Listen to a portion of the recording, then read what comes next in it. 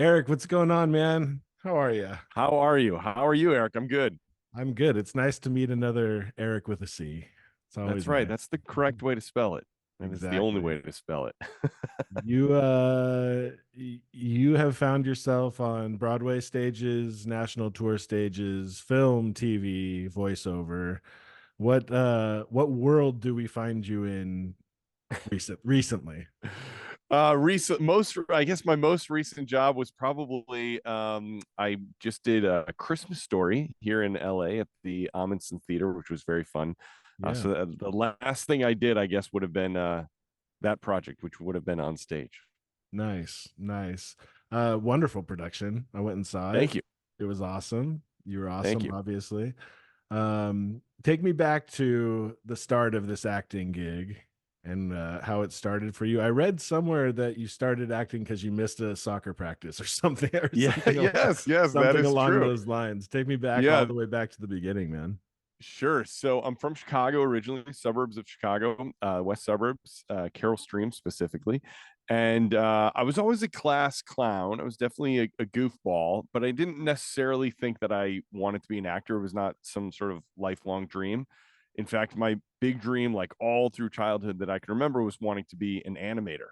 Wow. I loved cartooning and drawing, and my big dream was to like be an animator for Disney. And I did enjoy performing, I guess, because I had this dream that I would somehow be the first person to be that would animate and voice a character in a Disney film. It didn't Mm. didn't happen. It's not really how the system works. But as a kid, I thought that was my big dream. But I started doing theater basically because freshman year of high school, I was going to play soccer. My dad and my best friend convinced me to try out for the football team. But when I was a freshman in high school, I was 5'2" and 95 pounds. I was like a tiny, tiny, tiny little boy. And I just got killed in football tryouts. And as much as I'm a big sports guy and I love sports, I love playing sports, I was not as tremendously athletically gifted, let's say. And so I basically lasted like 2 weeks on the football team, and eventually I was to the point where I could barely walk because I was just getting beat up so bad. And so I was like, oh man, I think I got to quit the football team, but I'll just go do soccer. And then I found out that I'd missed the soccer tryout, so I had nothing to do in the start of the school year. And somebody, I think it was and I always tell this story, and I wish I could remember who this person was because it was somebody in my friend circle was like, you should try out for the play. And I was like, okay, I guess I'll do that. And as soon as I did, I was just like, oh yeah, these are my people. This is this is my tribe. This is where I'm supposed to Yeah. be. So started doing theater in high school. Again, didn't think that I would do it necessarily for a career until about probably junior, maybe senior year of high school. I was like, well, I've been starting to get cast as the lead in a lot of these shows. I think I'm pretty good at this. People keep telling me that they think I'm great at this skill, and so then I decided to go to college and went to Bradley University in Peoria, Illinois. You can see it. I have a poster of it behind me right here. Nice, Um, perfect. that's right. And it's a little like small liberal arts school in Peoria, Illinois, like smack dab in the middle of the country. And it had a small theater department, but it was great for me because I got a lot of opportunities. I got a lot of attention Yeah. from the faculty, and they really pushed me. And then should I keep going, or I don't know. I don't want to No, ruin your flow no, I here. have so many questions. First of all, whoever that friend was, like, needs to step up and remind you because that's like a For big real, deal. yeah. That like changed the course of your life. I mean, Yes, that's massively, like I would be massively. taking all the credit for that if that was me and I had Yeah. done that. Did you know early on that you could sing? Did you have any idea not only acting but that singing would be part of this thing? Interestingly enough, so I come from a pretty musical family in that my mom was very musical. She taught piano lessons in our house every day after school, like to the neighborhood. So we always had people in our house every day from basically like 3 till 6 taking piano lessons. Hmm. So there was always music happening in my house. My mom also played flute and piccolo and played in the DuPage Symphony Orchestra, which was like the county symphony orchestra, which was a really good Cool. orchestra. And she had played in that because her mom also had played flute and piccolo in that. And there was a time when my mom was only like 17 that they were in the orchestra together, which is kind of cool.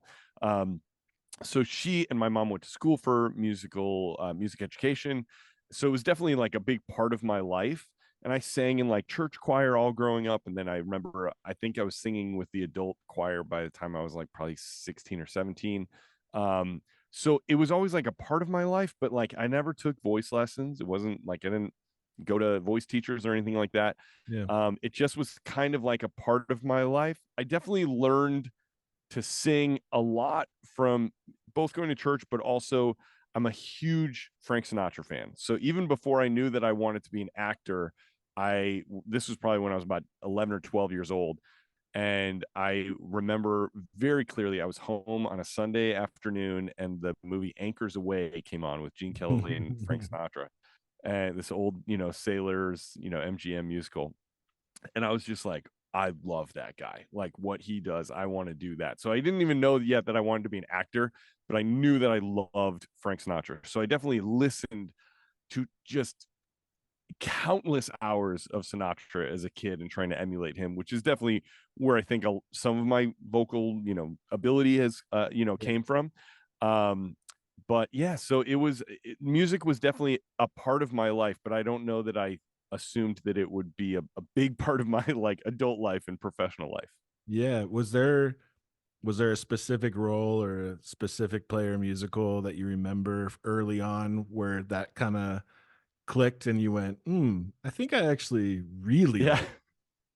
Well, I do remember I did Wizard of Oz in high school and I played the Scarecrow, and I was always pretty good at mimicking and not necessarily doing like impressions of celebrities, but I could always like kind of mimic, accents, and it just like I don't know, it made sense in my ear and I could do it pretty easily.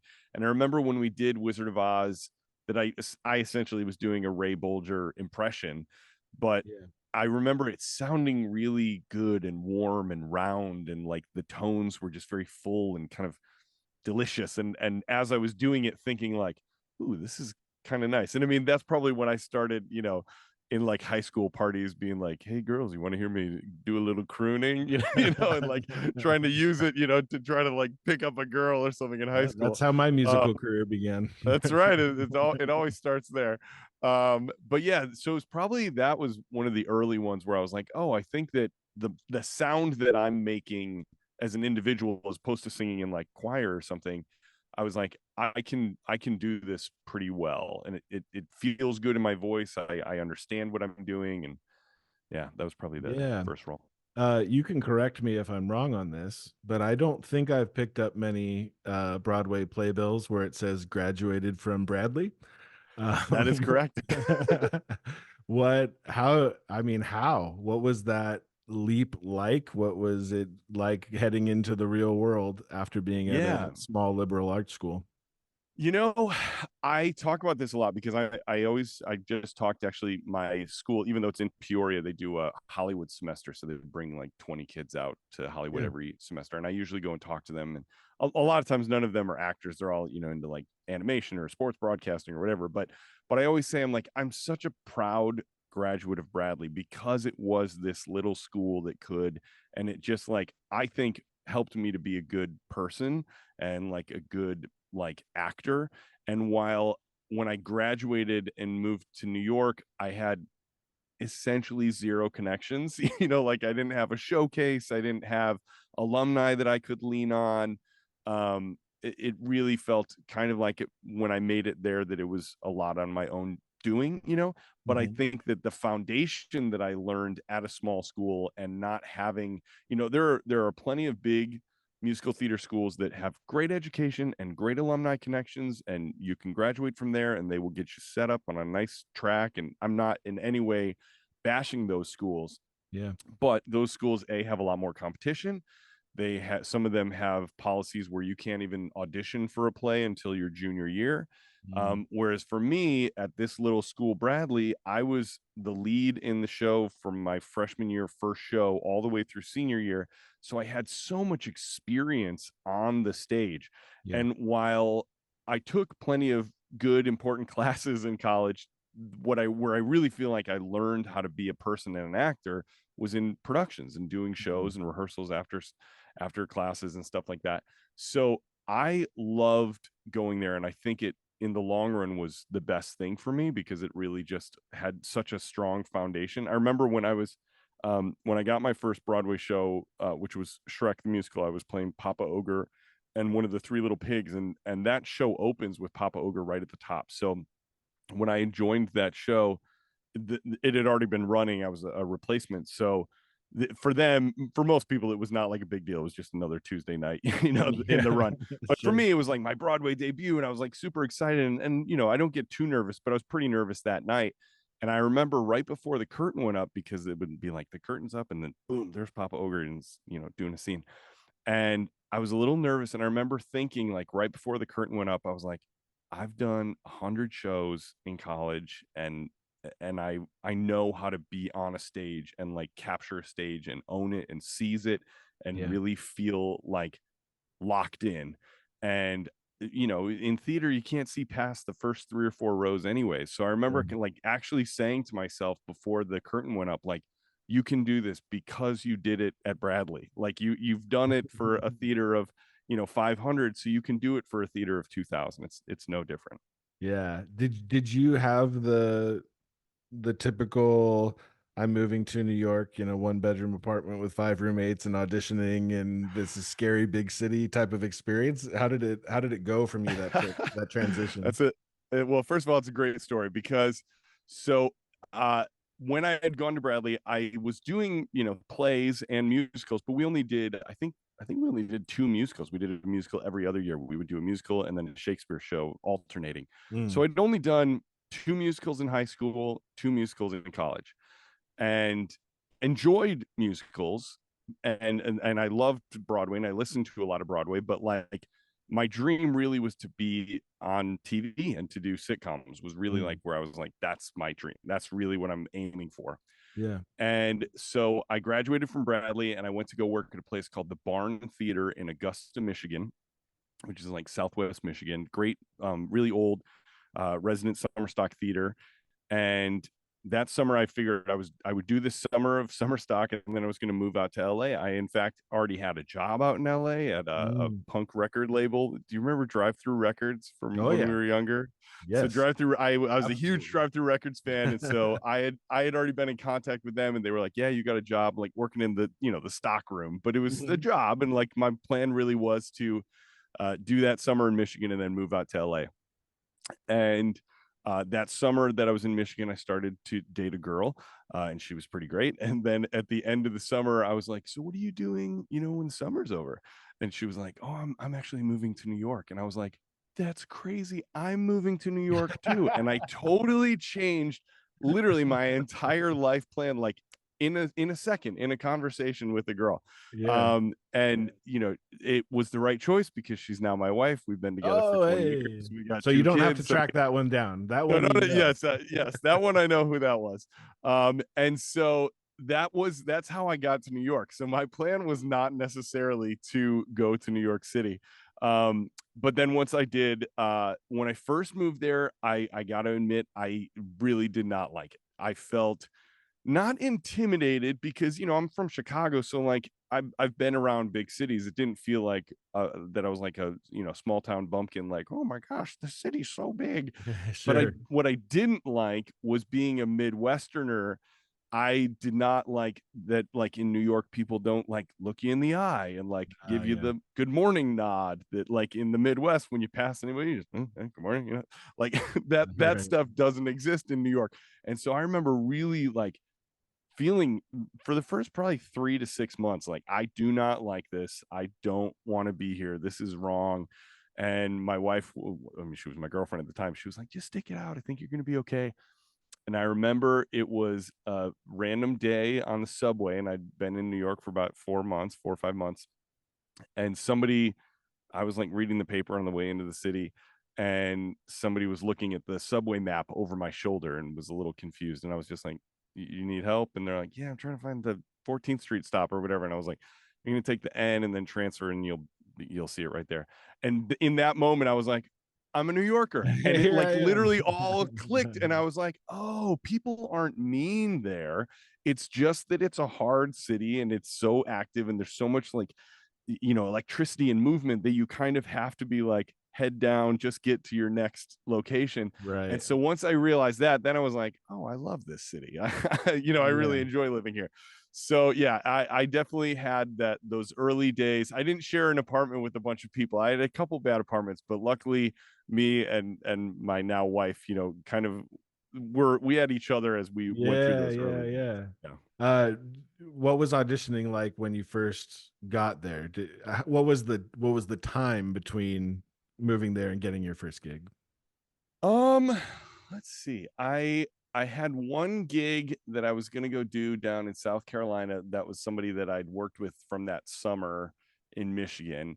But then my wife and I both got cast in the TheaterWorks USA production of Huck Finn.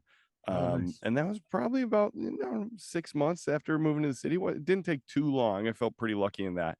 Um, and then that gig led to like another little mini tour, and then I did a reading, and then I did a musical in like a church basement, and there was a lot of little gigs Yeah. that kind of led to eventually I did a play that I this is a good story. I got cast in a play, and it was only because in New York, when you don't live in Midtown, bathrooms are, scarce and are hard to come Oh by. yeah, big And there was time. there was a day where I had like an audition, and then I had something later in the day, but I had like 2 hours in the middle, and I had to go to the bathroom. And so I went to the Equity building because I was an Equity member at that point.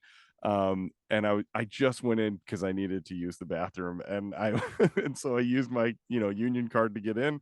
And then after I'd gone to the bathroom, I like looked at the board, and there was like a play auditioning, and they just said bring in a monologue, and I was like, okay. And I went in and auditioned for this play, ended up getting cast. It was this great little like 2-person play, and I ended up roundabout this different story, but I ended up getting my agent from that play, which was kind of amazing that it was so happenstance that I just needed to use the bathroom. Yeah, no, I think I can remember exactly where I was the first time I went to New York and thought, where the hell do you go to the bathroom around here? Like, am I really It's going like all a the way back to my problem. hotel right now? Like, what is that? Yeah, it's insane. You definitely learn the places.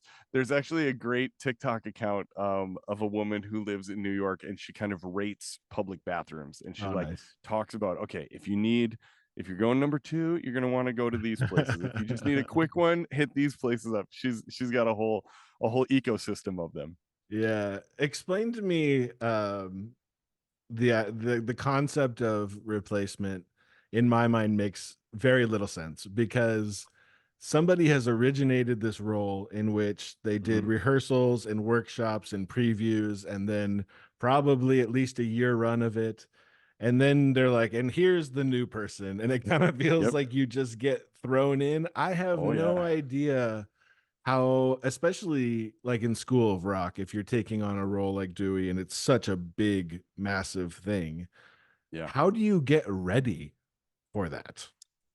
Um, okay, couple of things to answer that. One, the replacement process is interesting and it is different every time. Mm, I will say like my first big job was I did the first national tour of 25th annual Putnam County Spelling Bee. So that mhm. wasn't a replacement. I was cast, but we were doing a role that had been done before. And Right, so anytime you're either stepping into an existing show and your replacement, or you're doing a tour that has, of a show that's either currently happening or just finished, there's always the question of are the directors and producers wanting you to recreate the performance that was there before? right, Do they want you to make it their own, or somewhere in the middle? right, Usually it's somewhere in the middle, right. even though a lot of times they will tell you, no, we just want you to make it your own and bring yourself to it. At the end of the day, if it's from a product that was established and was working, Yeah, they want it to live somewhere in that world, right? yeah, Like to completely reinvent the wheel is not usually going to behoove you. right. So, like with Spelling Bee, I didn't do Dan Fogler's performance, but I have to like honor some of the things that he's set up. When I, went into Shrek, I was essentially playing Papa Ogre, and that was an interesting replacement thing because it was a 12-week replacement. It wasn't even open ended, which Mm, is when it's that, then you can make something a little bit more your own. This was the guy who was playing the role had hurt his knee and had to be out Oh of the yeah. show for 12 weeks. Mhm. So like in that case, it's really not on me to recreate my own Right, interpretation. I'm right, trying to right, like be a peg that fits into the already working board, you know. right. And then like for something like School of Rock, where I was going in to replace Alex as, you know, the lead in the show, but then it was going to be my role. That one I had probably 2 weeks of rehearsal, maybe 3 weeks of rehearsal, but not a super long rehearsal process comparatively to if you're originating a role. And like you said, you do workshops and readings and out of town tryouts and Right. long rehearsal process. And those you have to sort of like come in as prepared as possible, being off book as much as you can, just because you don't, when you only have 2 weeks, 3 weeks, you don't want to waste that time trying to learn lines. You're trying to learn the blocking, you know, you're trying to learn the Yeah. choreography. For me, I did not know how to play guitar before I started School of Rock. Mm. So I'm like massively trying to like get myself to being a halfway decent guitar player. Sure. Um, and you know, one of the things I learned when I was going into Shrek was trying to physically condition myself for whatever this show was going to be. Both Shrek and School of Rock were like insanely physically demanding shows. Yeah. Shrek, because I wore a 50-pound fat suit and then, Yeah. you know, 2 hours of makeup before the show. And like it was that. So the physical part of that was pretty intense. I remember for that, I would go to the gym and I would sing the score of the show while I was running like 6 miles an hour, like pretty Yeah. good clip, you know? Yeah. And it definitely helped because I remember the very first time that I wore the costume of Shrek and did the opening number, I ran out of breath about 3/4 of the way through the song, like full on could not sing the rest of the song because I just I couldn't breathe anymore. Like I had Right. run out of breath. And that was like a big sort of like check on myself, like, whoa, okay, you need to be even more physically prepped for this. And then School of Rock was something that I couldn't even really fathom it. I remember when I got hired, they told me, they're like, so it's just 5 shows a week. You don't have to do any of the matinees. It's just the evening shows. And I was like, five? I'm like, I'm a Broadway professional. I can do 8 shows a week. Like, I appreciate that, but I'll be fine. Yeah. And then I was like, and they're like, no, it's five. And I was like, okay, how about we meet in the middle? I don't need to do all 8, but I can do 5 or 6, you know, maybe even 7. Yeah. And they're like, it's 5. And I was like, okay. And then I got there and I did my first week of shows and I was like, oh yeah, there's no way there's no way you could do that show twice in a day. Like I used to tell people that the physical demands of doing Dewey in School of Rock were, if I did not lay like prone on the couch all day long before the show, I would notice it in the show. It doesn't mean that I did Mm. that every single day, but if Yeah. I took my kids for a walk through the park for half an hour, just to leisurely walk through the park, just the amount of energy that I expended doing that when I was in the show that night, when I was at almost the end of the show, I would feel that I had to like give it like a little extra oomph because it literally took my like energy gas tank from full to empty every single night. And it Right. was wild. It really was something that I was like, this is this is a massive physical undertaking because it was, you know, it was not only the singing, which was all like rock tenor singing. So that's vocally Right. challenging.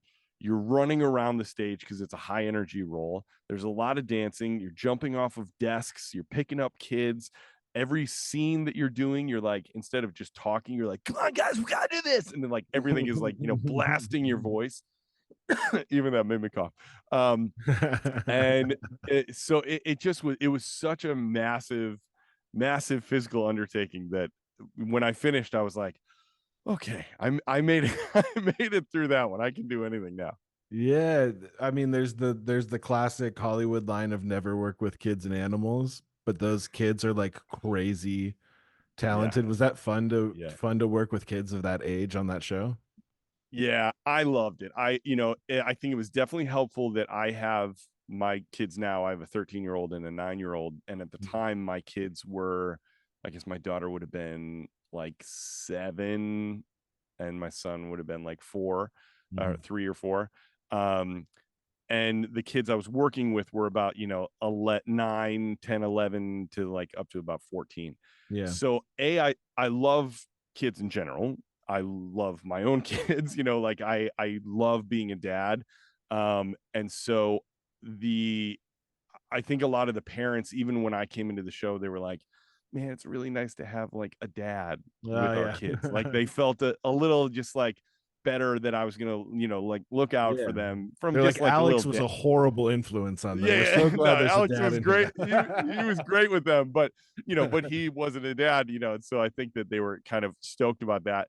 Yeah. And I loved working with them. I mean, I tried to treat them, kids working in the entertainment industry is a very interesting thing because you have to, in a way, once you enter the professional world, you are treated like an adult. Like you are expected Yeah. to be on time, to know your lines, to do your job. Like there's no, I don't feel like it today, or I Yeah. had a rough day at school. Like sadly, in the professional world, that's, as we know, it's like any job. Like you don't, you got to leave it at the door, And so it's hard for kids because they do have to like step into a truly adult world with adult expectations, but at the same time they're kids and you want to like try to keep their childhood innocence as much as you can. So I would do a lot of stuff with the kids, like usually at intermission, if I could feel the collective group of kids kind of getting a little, not losing a little bit of focus or not giving full effort, as opposed to like, yelling at them or being like, what are you guys doing? I need more out of you.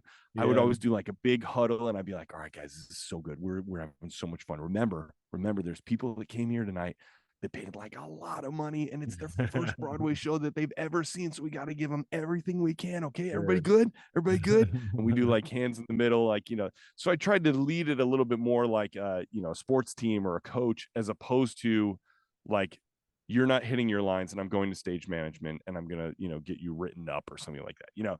So Right. I love working with kids. And I think a lot of it is because I'm a dad and I love being a dad.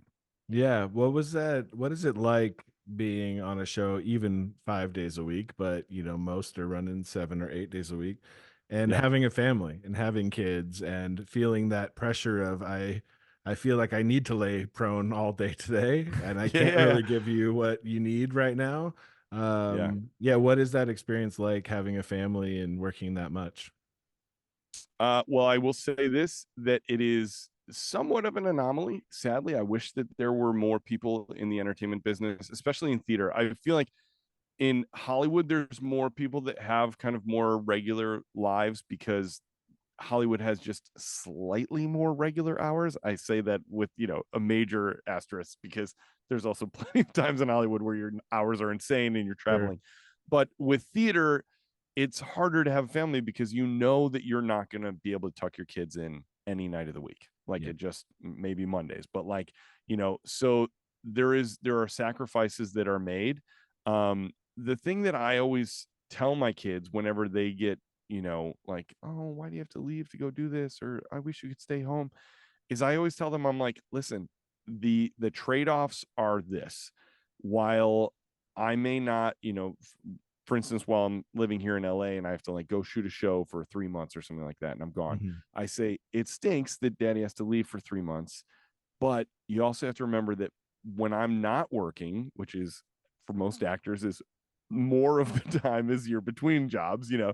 um, I'm like, I get to pick you up from school. I take you to school. I coach your little league teams. I am at every single recital. I am like intimately involved in your lives. Yeah. Whereas a lot of dads who have more kind of traditional 9 to 5 jobs, they don't get to take you to school. Some of them are working until 7 at night. They come home, they maybe have dinner with you, and then they get you to bed. But like, and that's not a shot on dads who have lives like that because that's how most men provide for their families in America, Yeah. and so I always try to tell them like there are trade-offs. While there's moments where it's going to be harder and it's not going to feel traditional, there's also plenty of time that I get to be intimately involved in their lives and a part of their Sure. everyday existence. And they've had really cool experiences of like living in Yeah. New York and living in LA and getting to go backstage at Broadway shows and, Sure. movie stars like talking to them and like they're, they're best friends. Like, so I'm like, there are trade-offs. And once you can kind of, explain that to the kids and they can understand that, and as long as they feel loved and, attended to, and that Yeah. that you are there, or they are your focus, my kids at least have been able to pretty much deal with it pretty well. Yeah. Are there things that you would say no to at this point, or do you just have a plan? If you got a Broadway lead right now, would you go live in New York and figure it out, or Right. are there things that you say no to now? There are definitely things that I say no to now, just because, like, it's too much of a burden on my family. Sure. Again, at this point, it kind of becomes, you do the whole pros and cons thing. It's like, all right, well, if I was to take this job and be away from my family for whatever, 3 months, 6 months, whatever, is the role paying enough that, like, okay, Mhm. this is what we need as a family? Or it, like, because also then I'm putting more stress on my wife of, like, who's going to pick the kids up at school, and we need Sure. to hire a nanny to do something like that. So you got to logistically just to look at, like, can we cover the basic, like, we're not going to lose money in me taking this job. Yeah. Then it becomes like, being, I'm 42 years old now, like, now I really am looking to, like, have a career that is more purposeful, and as opposed to just, like, bouncing to whatever the next job opportunity is. Yeah. So then I'm looking at, like, is this role going to move my career forward? Is it going to be something that is, challenging to me? Or is it just something where I'm, like, getting a paycheck? And so Right. then if it's just getting a paycheck and the paycheck's not, like, that amazing, then I might be like, I'd rather be home with my family, Right. and Right. that's more important to me than, like, you know doing Brigadoon Yeah. in Ohio or something. You know what I mean? Right, Like, which is why Christmas Story on a limited run at the Amundsen works, but Christmas Story sure. national tour probably doesn't pay enough to be Less. gone Yes. so long. Yes. Yeah, yeah, that Exactly. makes sense. Exactly. I gotta ask you about Kevin can F himself. Is that what you call it? I don't. What do you like Yeah. when Yeah. you Yeah. Yeah. when they were prepping you for like media stuff? Is that what you It call it? was, yeah, we always actually would check before every interview, because the policy of AMC was always like, if we can say the F word, then Uh-huh. say it, because it was more jarring. You know what I mean? Yeah. But if it was, something that was live, or if, like, the audience was not really that type of, that the audience that they were looking for, then we would say Kevin can F himself, and that was perfectly acceptable. Got But it. whenever possible, they were like, they wanted to say, like, I'm Kevin, Kevin can, like, really Yeah. lean into it. You can say it here. I just know that my Yeah, grandma might listen to this episode, so I don't want to say it, yeah. but you That's can let fair. it That's fly. fair. That's fair. um, I fell in love with the show from the very first episode. It basically because the premise is so dope from the Yeah, beginning. yeah, Um, can you explain real quickly, because you'll do it better than I can, the multicam versus single cam setup of this show and how it works? yeah. So first thing you need to know is there's two different ways to shoot a TV show. There's multicam and single cam. Multicam is shot with multiple cameras, usually 4 cameras. It's usually done in front of a live studio audience. There's usually a laugh track. It's more well lit. It's usually done in sitcoms. So anything like Friends, Cheers, Seinfeld, All in the Family, all of those sort of like classic sitcoms were all shot multicam. And then in the late 90s, they started doing single cam comedies, which would be things like The Office, Parks and Rec, stuff like that. The Good Place. Um, and single cam is shot obviously with a single camera. There's usually 4 full walls, so it doesn't feel like there's a missing fourth wall. There's no Mhm. live studio audience. There's usually not a laugh track. It's usually lit in a more realistic way. Mhm. And that sort of became the new norm. So anyway, so you have these two kind of forms of comedies, and especially of sitcoms. And the story of Kevin Kneff himself, uh, I'll give the quick version of the why it became a show. So there was a show called Kevin Can Wait that was on CBS in the 2000s Mhm. with Kevin James from King of Queens, Yeah. and it was sort of his sequel to King of Queens. And there was a wife character on that show played by Erin Hayes, and she was sort of a typical sitcom wife, didn't have a ton to do, kind of had a lot of scenes where she'd be, carrying a laundry basket and being like, "Oh, honey, don't do that," sort of classic sitcom wife. And then between the first and second seasons of that show, they had brought Leah Remini in for like the last few episodes of season one, and they decided to kind of try to recreate the King of Queens magic. They would bring her on full time, and they decided to kill off the wife character, and they kind of did it with no explanation. They came back for season two and they were just like, "Where's mom? Oh yeah, I forgot she died last month." Like it was like very like a couple of lines and then don't worry about it. And which was kind of a big hubbub. And then there was an interview that Kevin James gave where he had said, somebody said like, "Why'd you kill off the wife character?" And he said something to the effect of like, "Oh, we ran out of ideas for her," which feels a little like a cop out. Yeah. And so it made a lot of people frustrated, especially a lot of female viewers and writers, and people being like, "What? You couldn't think of any storylines for a mom character?" And so when that happened, the woman who created our show, Valerie Armstrong, she was like a writing assistant on an AMC show, and they had an in-house sort of writing program, and she pitched this show called Kevin Can F Himself. It was essentially based on, let's follow that sitcom wife character and let's really see what she's about, because Yeah. she's so sort of classically underwritten. And so the premise of the show of Kevin Can F Himself starts out, the show opens and it feels very much like a multicam CBS comedy. And I play the sort of buffoonish, doopy husband, who's got the hot wife who's out of his league and his dumb friends, and they're playing beer pong. And it seems like the show is about me, and I'm the central character. Yeah. And it takes place in Boston, so I've got like a thick Boston accent. And Annie Murphy from Schitt's Creek plays my wife. Uh, um, named Allison, and she sort of like comes in this opening couple of minutes, and again seems like the classic sitcom wife with the laundry basket and saying, "Honey, don't spill beer," whatever. Yeah.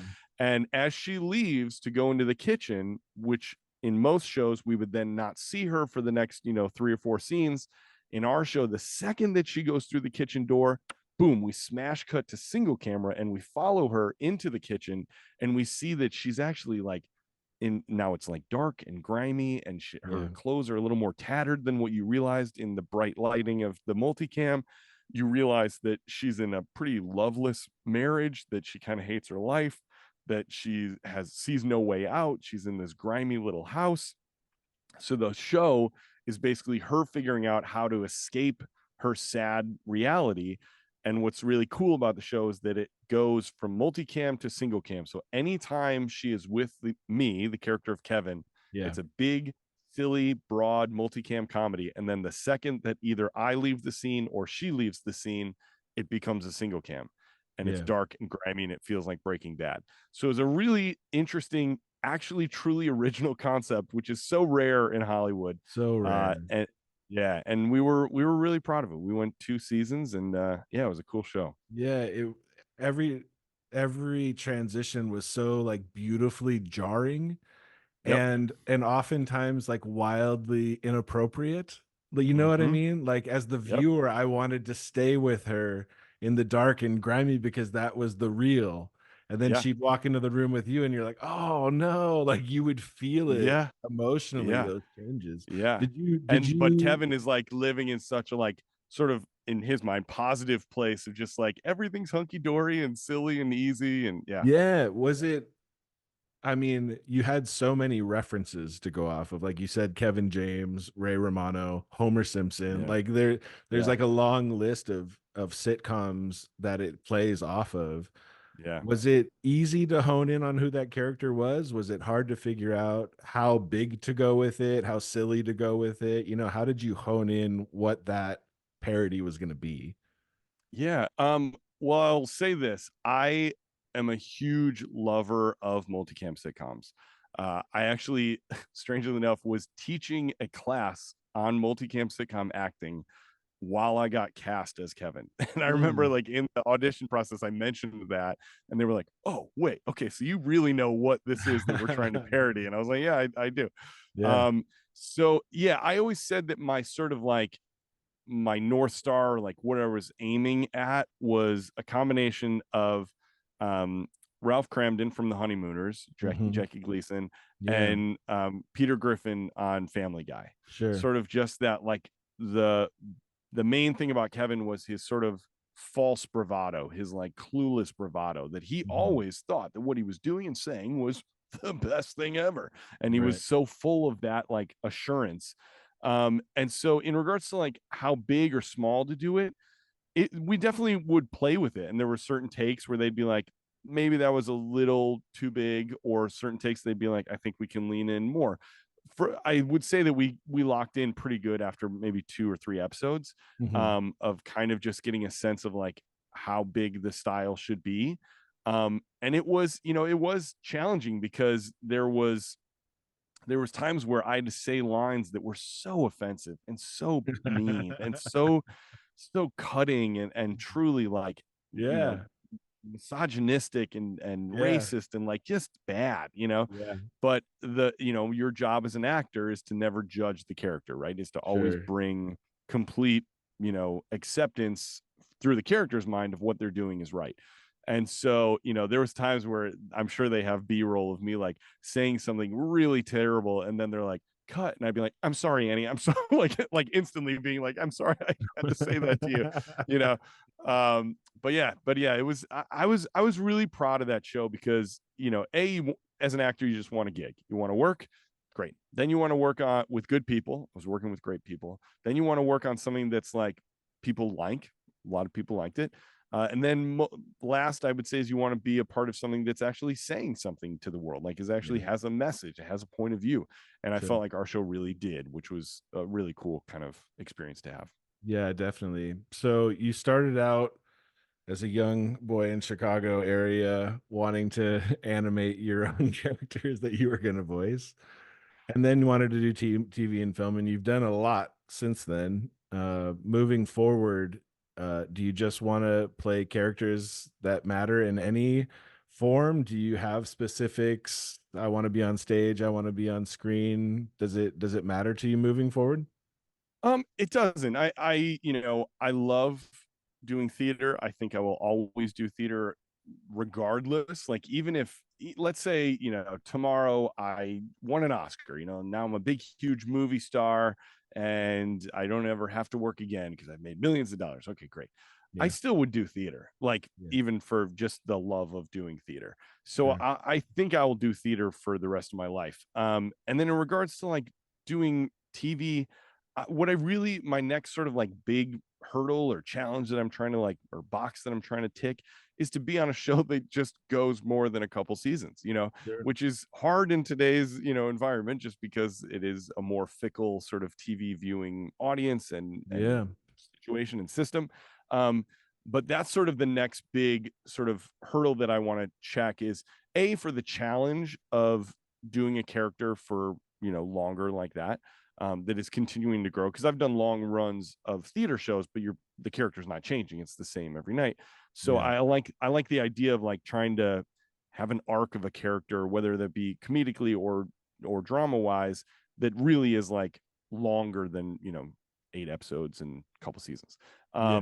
So that's sort of the next big thing. And then, I've always I've always said I would be super happy to be on, a sitcom that runs for 6 7 years, goes into syndication, and then I just move down to Florida and I open a hot dog stand, and people come up to me and they're like, hey, aren't you that guy from that show? And I go, yeah. And they go, hey, say the thing. And I go, bada badoo, or whatever, whatever it is, like some catchphrase. I get a picture with them, and then like I go about living my life. Like, that Yeah. seems very that seems great to me. So we'll see what comes next. Yeah. Are there are there Broadway roles that you hope to do one day? I mean, I saw you from a distance at the LA opening of Beetlejuice, Hmm. at the Pantages, and I thought, wait, he could be up there, right? He totally could be doing this. Which, by the way, I don't know how they sing like that 8 shows a week, Yeah, it's but pretty wild. regardless, are there roles out there that you would love to do? Yeah, I would say this. I would say there's one that, just like, since I was younger, it was the first musical I ever loved, was Phantom of the Opera. So there is Uh-huh. a part of me that, like, and for years when I was younger, before I had done really anything, I would always be like, I want to be Phantom and Phantom of the Opera. And it eventually is going to come back to Broadway. So, that's one that I would want to do. But then the other ones, and this is sort of a cliche answer, especially from, Broadway actors when they say, like, what shows do you want to do? And I go, well, it hasn't been written yet because I want to do an original role. So, but I mean, there Yeah, is some truth to that like at this point, it's more exciting to me to do an original role and like really create something from the ground up as opposed to stepping into a show that's been long running. yeah, Not that I wouldn't do that, but the better challenge is to originate. for sure, for sure. I want to take a little bit of a turn here because a big part of this podcast is me trying to figure out my spiritual faith religion journey.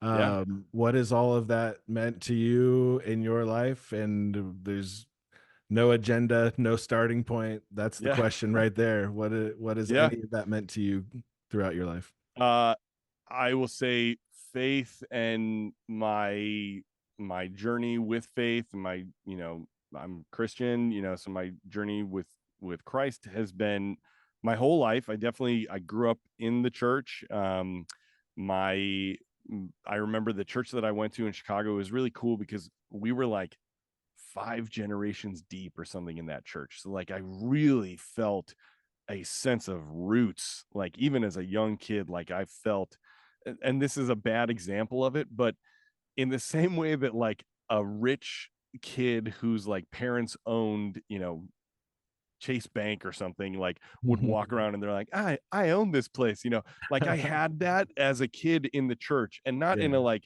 egotistical way, but I just really felt like, yeah, I can go anywhere in this church because this is like my home. Like my family's been here for years. yeah, So it was definitely a big part of growing up, and I was in like youth groups. I was at the church multiple days in the week, and I never I feel pretty lucky that I've never really drifted from my faith too much. I mean, obviously I'm in no ways a perfect person, but I haven't had, moments in my life where I've really felt far away from God. Um, which I am extremely thankful for. And I think it also helps that my wife, Lisa, is a very religious person as well. And faith has been the cornerstone of our life in the arts, mm. in that, because it's such a hard thing to do. Like there's so many ups and downs, and the highs are so high and the lows can be so low, and there's no like sense of like where's the next paycheck coming from, and how are we going to get through the day, which is hard enough when it's just yourself and a spouse, but then when you get kids involved, it really is can be very, very stressful. Yeah, And we have always relied on our faith to like be sort of a baseline that we believe that God loves us. We believe that God has a plan for us. We believe that God wants good things for us. And if we truly can believe that, we don't have to know every theological concept and every history of the Bible and all that. But if we can just believe that there is a God, that he loves us and that he wants good things for us, then it has allowed us in the down times to trust a little bit more that it's not quite so hopeless, or that it's never going to get better. yeah, So for us, it really has been a huge part of our life. um when things are good, we try to remember, like I always try to think about, so often when people pray, they're praying from a place of like, please help me with this problem or with this thing, like yeah, asking God to fix whatever is troubling them. But we try as much as we can. We definitely have those prayers as well, but we also really try to pray from gratitude every single day as much as we can, just, you know, thanking God to be alive and to live in a home and to live in yeah. America and not in a war zone and to like have healthy Sure. kids, and and when we do that, I think that it keeps us having perspective on the daily of what's really important. Yeah, we my daughter's 9, Nice. and probably when she was around 4 or 5, our nightly prayer routine, um, she was having nightmares, and so we were praying about it, and she Yeah. literally at 5 said, "Well, how come when we pray about it, I still have them?" Right. And that's when you really start going, what am I teaching her about who God is? And are we Right. calling him like this vending machine or like this genie that Right. we ask for stuff? And literally from that night forward, our prayer time just became a thankfulness gratitude list. Yeah. What are we grateful for today? Let's turn our attention to gratitude instead To the of good stuff. everything Yeah. wrong that went Right. today. And that there's something taking care of us. We don't know how it works or to what level, and no matter what I think about my faith or what I think about God and how he works, that it seems to be always the consistent, that you could always turn to gratitude. Yep. Yeah. how Definitely. how is that how is your faith played out in Broadway and Hollywood circles that maybe don't agree? And I Yeah. ask that because when you say I'm a Christian, that can mean a thousand different things. And I Sure. feel like it's almost like what you said at the end of a take when you want to turn to Annie and apologize, Yeah. that Yeah. when you say I'm a Christian, the first thing I want to do is give 7 disclaimers and Right. apologize for a lot.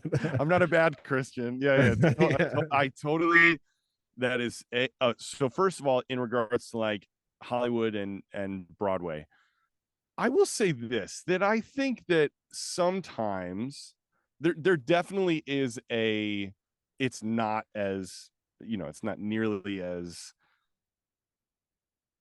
you know, faith based as, a lot of the country, right? Sure. So, but I do think that sometimes it gets a rap of being like a truly just like hedonistic, Yeah, sure. anti-God kind of place, which Sure. I don't think that it is as much as it gets painted that way. I Yeah, I think there love are that. definitely an underbelly of any industry or city or whatever that is bad and is not living a very, good life or whatever you want to call it. Yeah. But I do think that there are plenty of people who are like, they're from the Midwest or whatever, and they may not be somebody who go to church every Sunday, but I think that there are plenty of people who are okay with their faith and have a somewhat faith-based life. Yeah. Yeah. Now, I will say that there was times in my life where I felt not scared to say I was a Christian, but like I definitely wouldn't bring it up. I wouldn't like be really outgoing about it. Yeah. Because you do get people, especially, at younger ages, where people are quick to fight and want to like call you out and be like, well, what about when Christians did this? And you're like, well, I didn't do that. Yeah, But sure. I understand what you're saying. Yeah. So like there was a time where I was a little bit quieter about it. I feel like now, again, I grew up Lutheran, which we always called it diet Catholic. It was very much about like, my faith is for me, between me and God. I Mm, don't need to get into your business at all. It was not very evangelical in any way. right. And I think I do still kind of have a little bit of that kind of mentality. Like I don't try to get like preachy. I don't try to be like, well, why don't you come to church with me? Like it's, I don't know. I'm sure that there's part of me that should be should be doing that, but Yeah. I kind of feel like what I've always said, and one of the things that like I try to teach my kids and my wife and I both tell them, is like, try to live a life that is positive and joyful and successful and kind, to the point that feels so different from the way that other people are living, that people go, what is it with you? Why are you, how are you like that? Yeah. And then I say, well, I have a faith in God, and I believe in, that there is good in the world, and that I'm trying to be a part of the good, and and that Jesus teaches us to love Yeah. others as ourselves, and all those things. But we always try to say, like, you don't need to push your faith into somebody's face, but you can push your life being positive and good and joyful Yeah. Yeah. Yeah. and let people see that, and then maybe that can lead to a conversation. It's the whole So St. Francis of Assisi, spread the gospel and if necessary, use words. absolutely, Yeah. absolutely, it's one of the best Awesome. quotes ever. I love that. Yeah. But yeah, so it's been something that like I've never like denied it. I've never like lied about it, but there was definitely times when I was younger where people would be like, bashing on Jesus or Christians or something, and I would just kind of like not say anything, but then I Sure, would feel yeah. so bad about it. Like when being at home, I'd be like, I should have said something, and like Jesus wanted me to say something, and I didn't, Yeah, you know. So I yeah, think as I've gotten older, I've tried to, you know, again, I'm not one to like get into fights with people on set or something, but I will now, if somebody is, you know, talking that way, I'll either just like remove myself from the situation, or I'll just be like, well, there's other sides to it, and there are sure. good Christians out there, and yes, there's plenty that the church and that Christianity has done that has been shameful and terrible, and but if you go to the core of what it's supposed to be about and what I think most rational people base their faith in, it's a good thing. Right. Yeah, no, I mean, I think we can easily just be honest with the fact that Christianity has built some power structures that have harmed people, Yeah, just like Hollywood has yeah, built some power structures that have harmed absolutely. people. Politics has built some power structures that have harmed people. It's part of Yep, humanity, and that's okay. Man, I am so yep. grateful for you taking the time to do this and hopping in your recording booth there and spending some time with me. If people want to follow along with what you got going, where can they find you? You can find me on Instagram at Eric Pete, EricPete. And I also have I like to tell people about this. I have a fashion Instagram because I love clothes, and I like to show that I'm not a model skinny guy. So I like to show regular shaped guys that you can still dress cool in an affordable way. So I have a fashion Instagram, which is at the Portly Gentleman, all one word, Oh the goodness. Portly Gentleman. I need to follow And that I immediately. I You got need to that check in it my out. It's pretty great. You got to life. check it out. Awesome, man. Well, we're cheering for you. We'll be fans, and I appreciate you doing this, man. Thanks, Eric. This has been really fun.